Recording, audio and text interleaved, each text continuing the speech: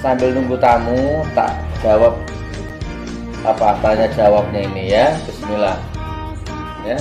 Gus, kamu bisa ngaji, siapa ini? Indonesia Menang. Gus, kamu bisa ngaji apa enggak sih?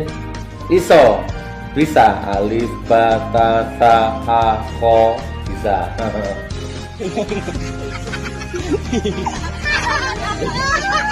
Bangsa kita 73% rakyat Indonesia yang beragama Islam tidak bisa baca Quran, tidak bisa baca Quran.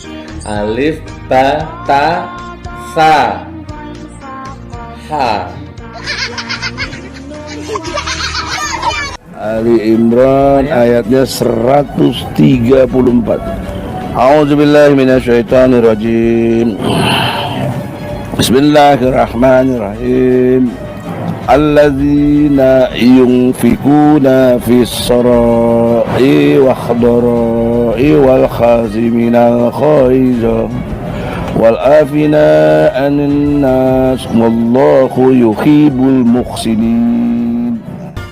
Laknatullah, kamu mati mengenaskan kamu, saat turun-turunanmu kamu nanti. Demi Allah. Dan konteks bahasa itu mengarah kepada agama. Karena yang dilaporkan adalah unsur sara. Salah satunya agama. Pas'alu al-zikra in kuntum la ta'lamun. Pas'alu al-zikra. Hati-hati umat Islam. Ya, aduh.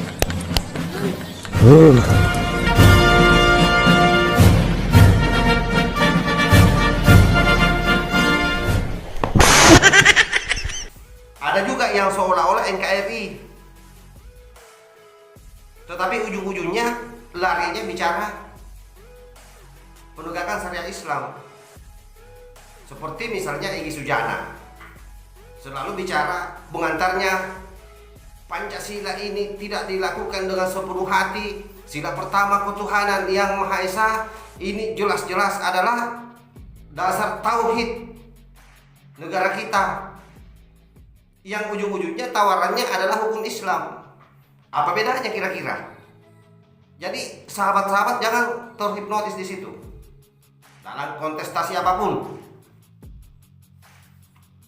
Dan saya ingatkan bahwa situasi yang dibangun hari ini yang terus-menerus menyerang negara, melemahkan pemerintah adalah bagian daripada trik politik yang orientasinya adalah tahun 2024.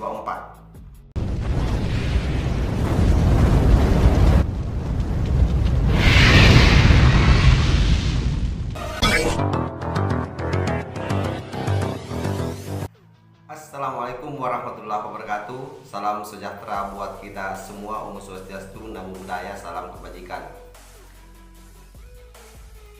Kita sudah menyaksikan secara bersama-sama video di awal tadi yang saya putar itu, bagaimana trio kwek-kwek ustaz andalan para kadrun memperlihatkan kelebihannya, yang saya kira secara umum kalau kita yang waras ini bukan kelebihan, tapi bagi kadrun pasti itu adalah kelebihan bagi mereka. Kenapa saya katakan kelebihan bagi mereka? Karena faktanya orang-orang ini banyak pengikutnya, dan itu juga memberi gambaran betapa somplaknya otak para pengikutnya, karena yang diikuti saja jelas-jelas bagaimana mereka memperlihatkan lelucon bagi kita ya. Bagi kita itu lelucon sebenarnya, mulai dari cara membaca ayat suci Al-Quran. Bahkan kalau Sugi Nur ini, selama yang saya tahu hanya 2 kegiatannya. Kalau tidak melawat,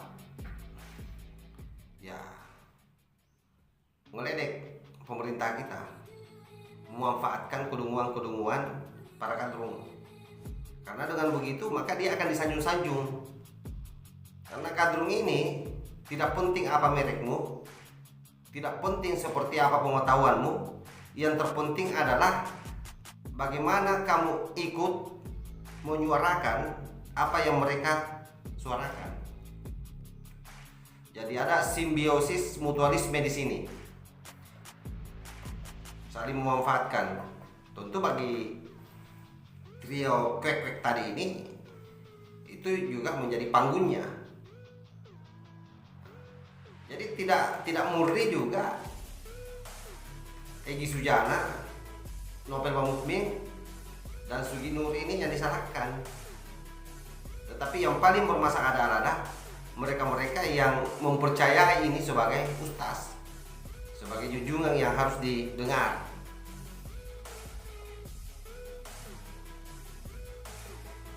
Apakah ini sebuah sikap yang murni atau tidak? Wallahu alam.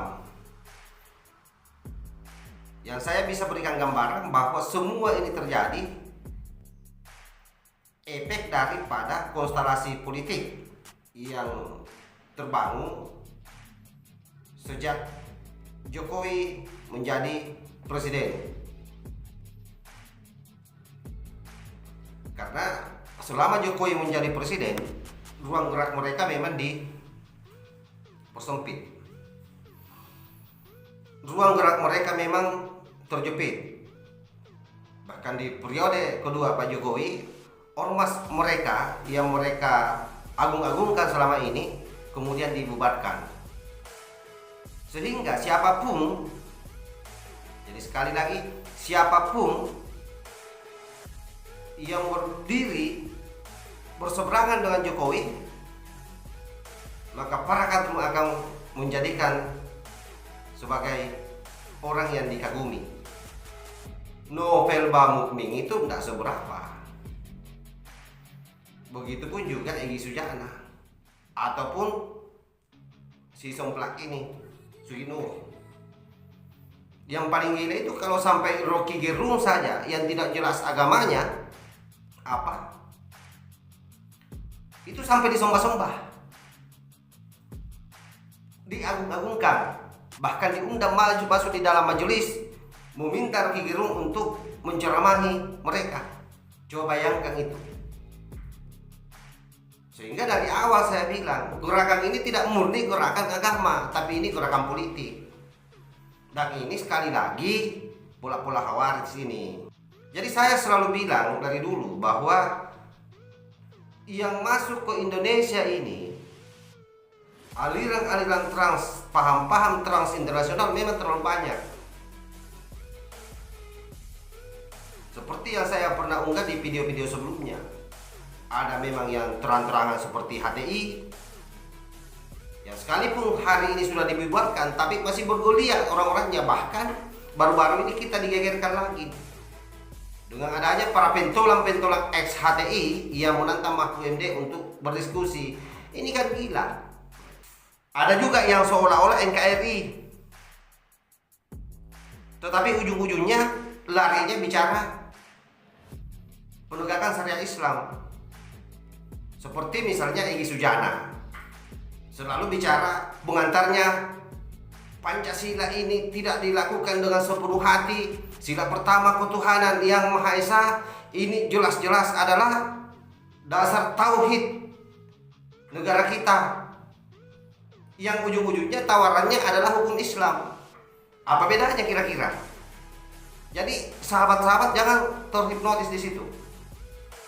Dan itulah kelihayan para kadrun-kadrun memainkan kosakata untuk menghipnotis orang-orang yang dalam tanda petik yang saya katakan dungu. Kita pinjam bahasanya Rocky Gerung, karena sebenarnya bahasa Rocky Gerung itu lebih cocok dengan kelompoknya.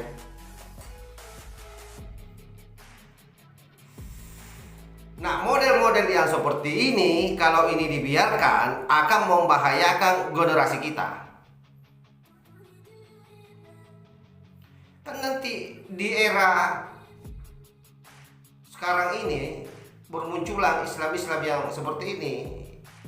Nanti di saat SBY menjadi presiden waktu itu, nah dia memberikan panggung. Bahkan gila-gilaan kalau kita mau melihat kembali bagaimana kelompok khilafah ini pernah menggunakan Stadion Gelora Bung Karno mendeklarasikan berdirinya khilafah di negara kita. Para menteri ikut orasi di situ. Apa tidak gila? Keuntungan terbesar kita adalah Tuhan mengutus Jokowi menjadi presiden yang punya keberanian memberangus kelompok ini. Tapi sekalipun begitu, seperti yang disampaikan oleh Gus Yakut, ditugaskan berkali-kali bahwa kelompok ini betul dibubarkan, tapi mereka masih bergeliat di bawah tanah. Yang setiap saat bisa saja muncul ke permukaan. Karena pembubaran yang dilakukan oleh negara kita tidak disertai dengan orang-orangnya, yang mestinya kan pentolan-pentolannya di kerangkeng. Justru ini lebih berbahaya. Kenapa? Karena kita tidak bisa lagi memantau secara real kegiatan-kegiatan mereka karena bergerak di bawah tanah.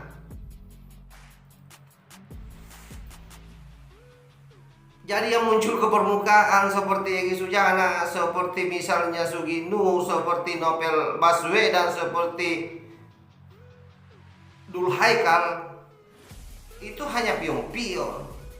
Justru yang paling berbahaya dan patut diantisipasi adalah yang bergerak di bawah tanah. Dan saya kira polisi juga harus bekerja keras dan tegas di sini.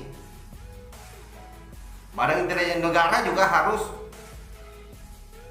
melacak terus simpul-simpul komunikasinya orang-orang yang diindikasikan adalah ex pentolan HTI, sehingga mampu diantisipasi. Yang paling terpenting adalah seluruh sahabat-sahabat, seluruh kawan-kawan nasionalis tetap harus istiqamah, yakinkan diri kita bahwa mereka adalah orang yang berbuat zalim yang tidak akan mungkin diberi ruang oleh Allah Subhanahu wa Ta'ala untuk menang dalam kontestasi apapun. Dan saya ingatkan bahwa situasi yang dibangun hari ini yang terus-menerus menyerang negara, melemahkan pemerintah, adalah bagian daripada trik politik yang orientasinya adalah tahun 2024. Mereka berupaya keras menumpang pada salah satu capres untuk menanamkan ideologinya. Karena itu tidak peduli siapa capresnya, yang terpenting dia nasionalis dan mampu berpikir untuk kemajuan rakyat Indonesia. Saya kira itu yang saya sampaikan. Wallahul muwaffiq ila aqwamit thariq.